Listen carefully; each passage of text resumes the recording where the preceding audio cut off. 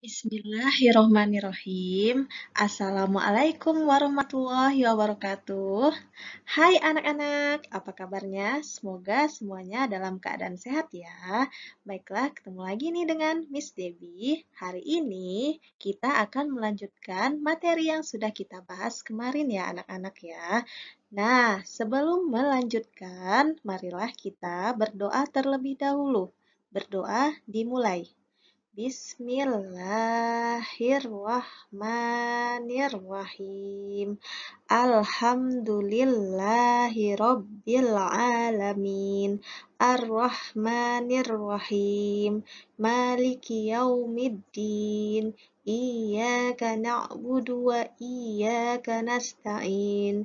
Ihdinas siratal mustaqim. Siratal ladzina an'amta alaihim khairil maghdubi alaihim waladdallin. Amin. Nah, baiklah anak-anak, kita lanjut ya. Nah, kita sudah memasuki materi di tema 2, bermain di lingkunganku.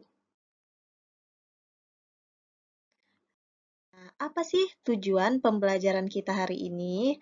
Nah, tujuan pembelajaran kita hari ini yaitu Miss harap kalian dapat memahami aturan dan tata tertib yang berlaku di lingkungan rumah. Ya, di lingkungan rumah kalian apa aja sih aturan dan tata tertibnya? Nah, kita lanjut. Nah, sebelum itu, ayo bersama membaca percakapan berikut ini. Nah, anak-anak ikuti Miss ya untuk membaca percakapan berikut. Di sini ada ibunya Beni dan Tiur, juga ada si Beni dan Tiurnya. Nih, kata ibunya Beni. Beni, Tiur, bermainnya sudah ya? Kata Beni. Tapi Beni masih belum bisa, Bu. Tapi ini sudah sore, Nak. Sudah waktunya mandi.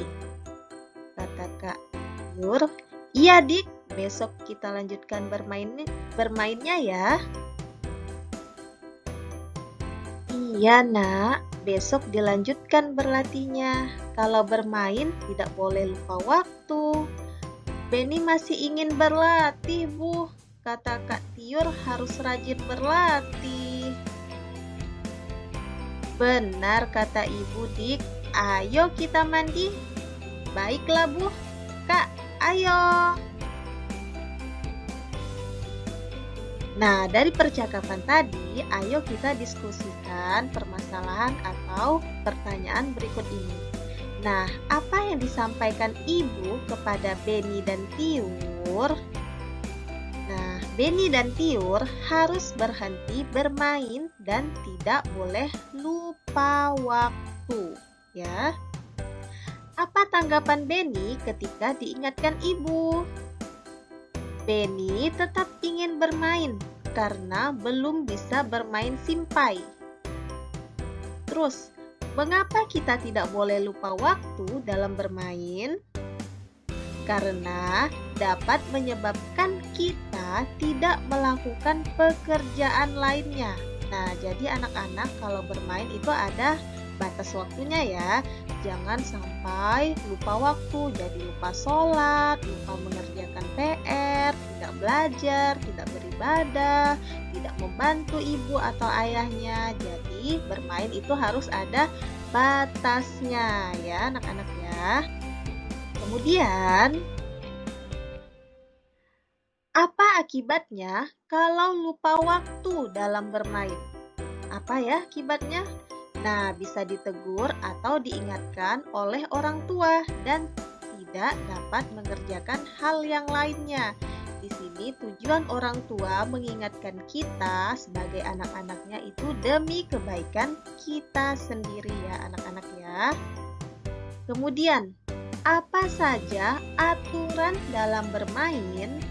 Nah, aturan dalam bermain itu jangan terlalu lama bermain, tidak boleh lupa waktu.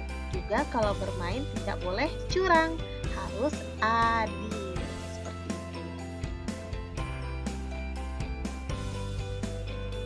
Kemudian, apa yang terjadi jika tidak memenuhi aturan dalam bermain? Kita tidak mau nih ikut aturan dalam bermain. Apa ya yang bakal terjadi? Nah, bisa berkelahi, membuat celaka teman kita, dan kita juga akan merasakan ketidaknyamanan saat bermain, ya. Kemudian, mengapa diperlukan aturan dalam bermain? Supaya tidak berkelahi saat bermain, permainan menjadi teratur, dan suasana bermain menjadi nyaman. Kemudian, apa manfaat aturan? Nah, adanya aturan ini bisa menumbuhkan sikap jujur, menghindari perilaku curang, dan juga menumbuhkan sikap sportivitas, sikap adil, mematuhi aturan yang ada. Kemudian, nah di sini ada teman-teman kalian nih, Udin namanya ya. Di sini Udin itu ada aturan di rumahnya. Berikut beberapa aturan di rumah Udin. Yang pertama nih, aturan di rumah Udin. Dia nih rajin bangun subuh. Yang pertama dia bangun subuh. Setelah bangun, kan dia cuci muka, wudhu, kemudian melanjutkan ibadahnya, sholat, ngaji. Kemudian setelah melakukan ibadah, dia langsung merapikan tempat tidur. Kemudian yang ketiga, mandi pagi pukul 6. Setelah mandi, pakai baju, kemudian dilanjutkan dengan sarapan. Yang keempat, dia nih kalau selalu mau pergi, dia selalu minta izin sama orang tuanya. Perlu anak-anak ketahui ya, izin kalau kita mau pergi itu penting. Izin sama orang tua, biar orang tua tahu kita mau pergi kemana. Tidak panik orang tuanya tiba-tiba kalian tidak ada di rumah. Jadi harus izin kalau mau pergi, ya. Setelah itu aturan selanjutnya itu dalam bermain tidak boleh lupa waktu. Jadi dibuat aturan Udin nih, dalam mainnya tidak boleh lupa waktu. Setelah itu yang keenam, sholat zuhur, sholat 5 waktunya. Kemudian setelah makan membersihkan meja dan mencuci piring. Setelah makan agar kita belajar hidup mandiri, membantu atau meringankan pekerjaan ibunya, kita bantu membersihkan meja.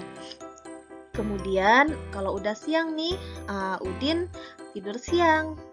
Setelah tidur siang bangun, dilanjutkan dengan sholat asar. Terus aturan lagi di rumah Udin yang ke-10, waktu sore hari dia membantu pekerjaan orang tua. Misal pekerjaan yang ringan seperti menyiram bunga, atau menyapu halaman, atau yang lainnya. Nah, jam 11 mandi sore pukul 5.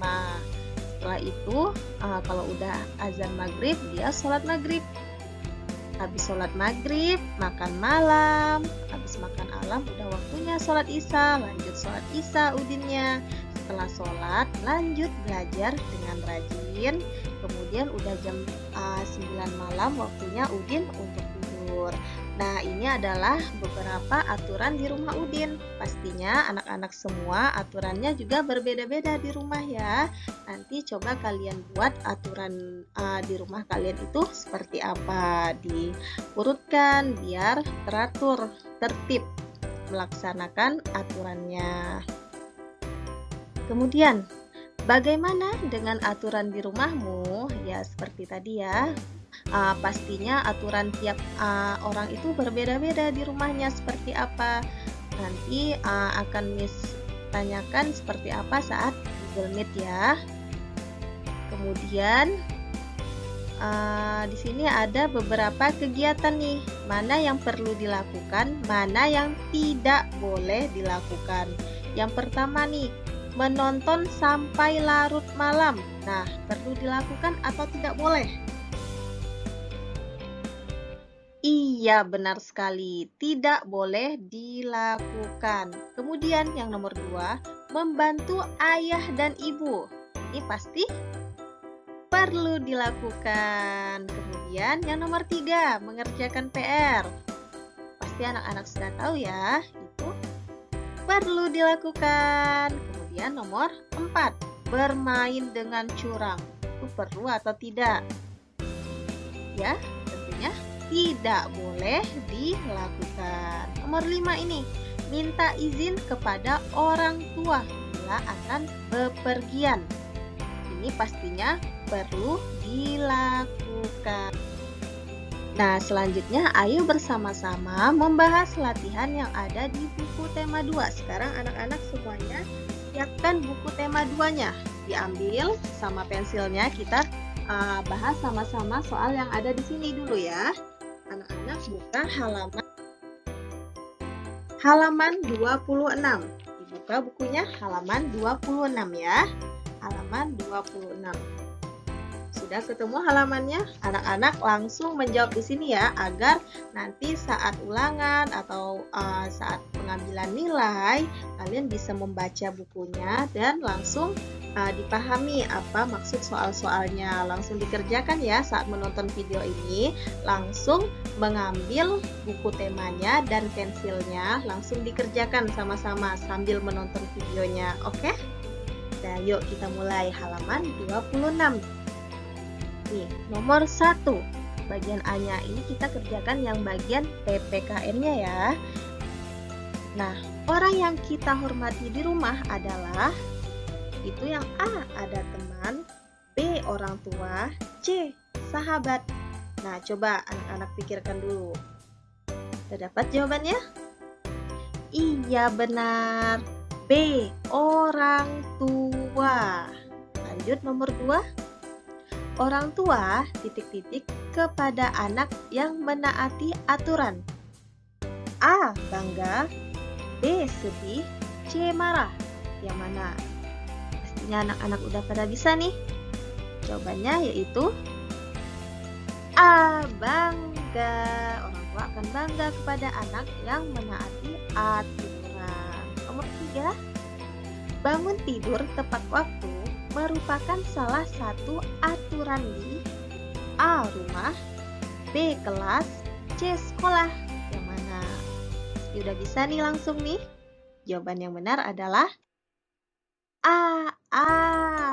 Jawabannya adalah di rumah. Selanjutnya nomor 4. Membantu orang tua merupakan sikap yang titik-titik dilakukan. A, wajib, B, tidak boleh, C, tidak perlu. Ini udah pasti tahu jawabannya. A, wajib ya. Nomor 5. Berebut mainan termasuk sikap titik-titik aturan. A, mematuhi, B, melanggar, C, menaati. Pasti udah bisa semua anak-anak. Jawabannya adalah B, melanggar aturan. Lanjut yang B. Bagian B-nya. Kapan kamu harus menaati aturan? Coba anak-anak dulu yang mikir. Kapan ya? Jawabannya iya, benar. Kapan saja atau setiap saat. Nomor 2. Langsung ditulis ya anak-anak jawabannya ya. Kalau ada kalimatnya yang berbeda boleh, asalkan maksud jawabannya itu sesuai sama pertanyaan yang diminta. Oke? Nomor 2, bagaimana sikapmu jika melihat teman gaduh di kelas? Gaduh itu artinya membuat keributan. Bagaimana sikap kamu jika ada temanmu yang membuat keributan di kelas? Nah, sikap kita sebagai teman itu mengingatkan atau menegurnya agar tidak membuat gaduh di kelas ya. Langsung dijawab. Kalau ada jawaban lainnya, anak-anak boleh menjawab jawaban sendiri asalkan jawabannya sesuai dengan maksud pertanyaan yang diminta. Nomor 3. Kepada siapa kamu bersikap sopan di sekolah? Kepada siapa? Kepada semua warga sekolah, baik itu kepala yayasan, kepala sekolah, guru, karena karyawan di sekolah ataupun teman-teman kalian. Sebutkan 2 contoh aturan saat bermain. Nah, aturannya anak-anak bisa jawab yang lain. Ini alternatif jawaban dari Miss. Contoh aturan saat bermain, tidak bermain curang, bermain dengan dukun. Nah, anak-anak bisa menjawab yang lainnya. Nomor terakhir nih, mengapa kita harus mematuhi peraturan di rumah? Mengapa ya? Agar tercipta ketertiban dan ketentraman di rumah. Nah, seperti itu ya anak-anak.